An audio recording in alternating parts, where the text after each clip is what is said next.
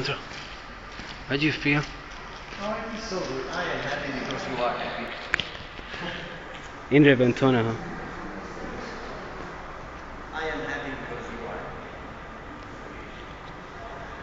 یک ماشین 1.8 میلیون دلاری میشه 2 میلیارد تومان به پول ما حدود 2 خورده میلیارد تومان.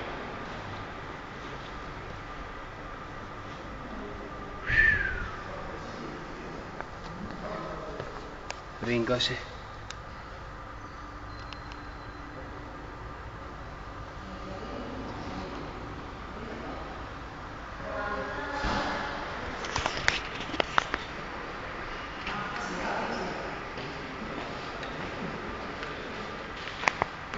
این مدل قدیمیشه.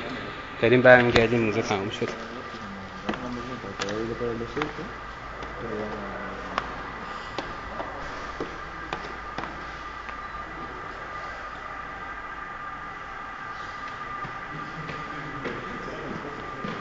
این مدل قدیمی SUV شه.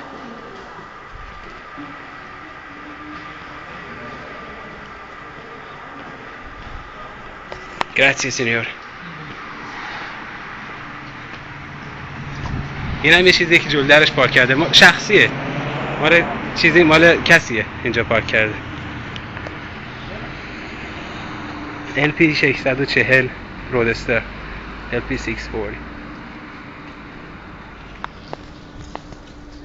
هرچی که دوست داشتم از توی اینترنت بگیرم نبود، اینجا خودم دارم میبینم.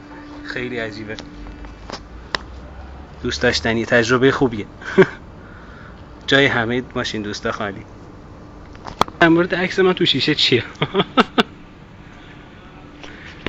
Ciao Papadoriano. Ciao bello.